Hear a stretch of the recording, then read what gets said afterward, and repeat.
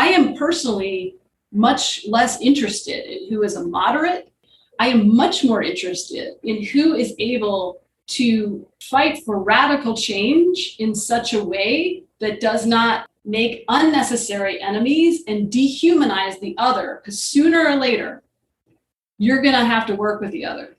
You know, at the next election or the next, it reminds me of, I had this really interesting conversation once with a gentleman who was the ambassador from South Africa to the United States years ago. And he said, one of our great challenges was to convince everyone that the white people weren't leaving South Africa.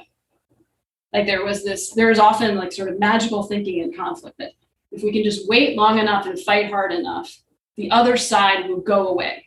You know, obviously annihilation is the most ugly and extreme version of this thinking, but also maybe they will die out. You know, I hear this among, you know, my friends on the left in the United States, is that we can just hold on, there will be a demographic shift. And this is magical thinking, right? And there's other versions of this on the right, and they're not the same. You know, I'm not saying they're the same, but there is this thinking that is common, which is we can just sever in some way from the other side. And that is almost never the case. And it's certainly not the case in the US right now. So then it's like, how do you overcome that thinking? I think part of it is literally words you use, right? So I don't use words. There's a long list of words I don't use, except when saying that I'm not talking about them. I don't use words like unity, civility, bipartisanship, discourse, bridge building.